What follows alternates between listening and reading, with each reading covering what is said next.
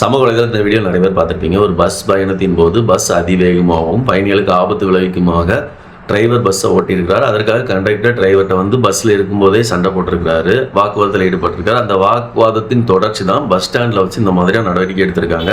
அந்த பஸ்ஸில் வந்து நிறைய பேர் பயணிச்சிருப்பாங்க. எல்லாரும் உயிருக்காகவும் தான் இவர் பேசியிருக்கிறாரு. ஆனால் இவருக்கு துணையாக யாருமே நிற்கலை அப்படிங்கிறது ரொம்பவே வருத்தமாக இருக்குது. எங்கே ஒரு பிரச்சனை நடந்தாலும் நமக்காக ஒருத்தர் பேசும்போது அவருக்கு கொஞ்சமாவது சப்போர்ட் பண்ணியிருக்கலாம். அப்படி சப்போர்ட் பண்ணாதனால தான் அந்த டிரைவர் வந்து அவர் தப்பே பண்ணலை அப்படின்னு நினச்சிட்டு யார் தட்டி கேட்டாரோ அவர் மேலே இந்த மாதிரி கெட்ட வார்த்தைகளை பயன்படுத்தி கேவலப்படுத்த முயற்சி செஞ்சுருக்கிறாரு. இந்த மாதிரி அதிவேகத்தில் பஸ் இயக்கப்பட்டு தான் ஏற்கனவே திருநெல்வேலி டு தென்காசியில் வந்து ஒரு பெரிய விபத்து ஏற்பட்டுச்சு. அதே பார்த்திங்கன்னா மதுரை டு சிவகங்கையிலும் ஒரு பெரிய விபத்து ஏற்பட்டுச்சு. கழிந்த மாதம் டிசம்பரில் தான்.